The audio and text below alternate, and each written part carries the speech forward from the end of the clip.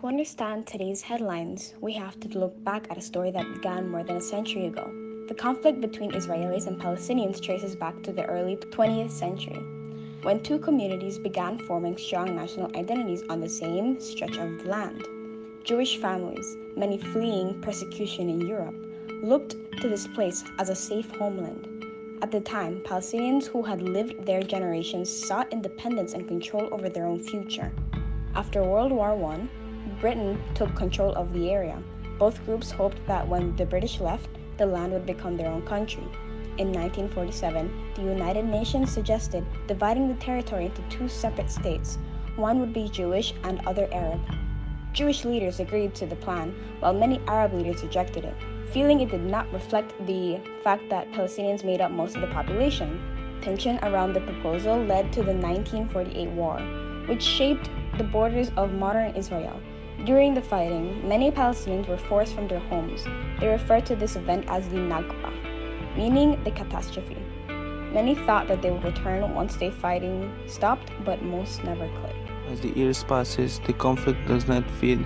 Instead, it shapes daily life in a way that are still felt today. To understand what this looks like, now we can look directly to the image and reports coming out of Gaza. This video captures a clear before and now. It shows Gaza as it once was, with busy streets, families out, buildings standing tall. Then it shifts to the present day. Many of these same places are broken, burned, or reduced to rubble. It shows how quickly a familiar world can disappear. Recent reporting describes entire parts of Gaza City being destroyed. Neighborhoods once filled with life are now fields of debris. Families have been forced to flee, searching for shelter and safety as airstrikes continue. The reports highlight the rising death toll, the loss of homes, and the struggle to survive in a place where basic necessities are running out.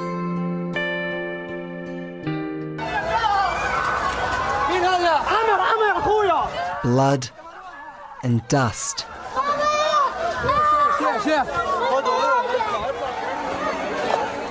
Three strikes in quick succession have torn this apartment block apart. Left behind bodies and babies. Gaza City is disappearing before its people's eyes. We were sitting peacefully. You can see with your eyes the result. No one understands what's going on. The building is believed to have been fully occupied at the time of the attack. The street is one of many being destroyed in Israel's campaign to seize Gaza City and force out 1 million Palestinians. We were going back home, going to my grandfather's house when bombing began. We fell to the ground, stones falling all around. I want my mother. I want her here with me. Others are fighting for air. A hand grasping blindly is all that's visible of those beneath the rubble.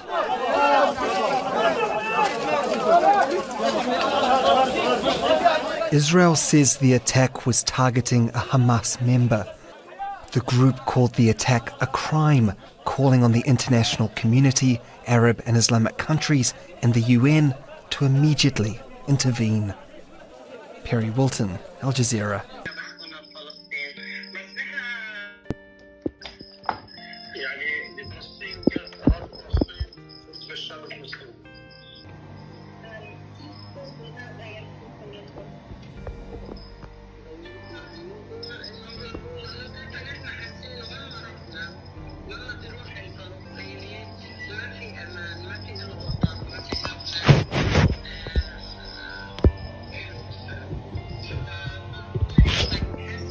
While they were in Palestine, Israeli forces entered their towns, killing people and burning homes, forcing families to leave the land they had always lived on. They shared that even in the places they had called home, they never felt safe. Returning to their own country offered no sense of security or belonging. Conflicts like this don't only affect the people living in the middle of it. When entire communities are displaced, when cities are destroyed, and when generations grow up surrounded by the trauma, it becomes a global issue. Knowing what's happening also helps prevent misinformation. When people only see small clips online or hear one side of the story, it's easy for the truth to get lost. Learning about the history and the reality on the ground gives a fuller picture of what people are facing.